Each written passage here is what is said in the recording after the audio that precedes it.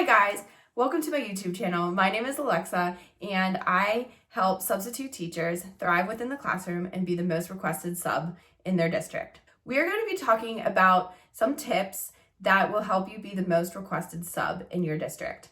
And if you want to be that sub that schools and teachers always call you back for, you're at the right place. Being a substitute teaching can be really challenging, but once you crack that code, it's much easier to get jobs consistently. The key is to leave a lasting, positive impression on both the students and staff so that they cannot wait to have you back. I'm going to make sure that you get some insider tips that will help you stand out, build trust, and get those requests rolling in. The first secret is very basic, but it's so important. Always be professional and be on time. Show up early, prepared, and ready to engage. Administrators notice when you are reliable and punctual, and that sets you apart from other substitute teachers. Plus, when you arrive early, you get familiarized with the lesson plan, and that helps you get ready for the day. Next, build relationships with the staff. Be friendly and helpful to other teachers, the office staff, and the principal. Offer to assist with small tasks and be approachable. Staff will remember you when they're looking for a sub to cover their classes.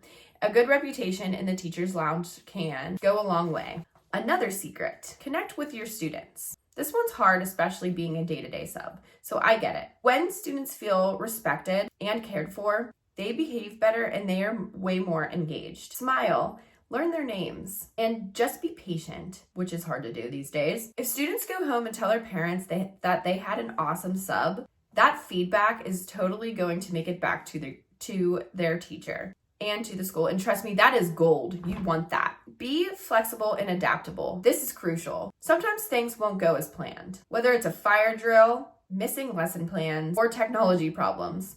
Show that you are a problem solver who can adapt to these changes. Schools love substitute teachers who can stay calm under pressure and can think on their feet. Here's a big one. Leave detailed substitute notes.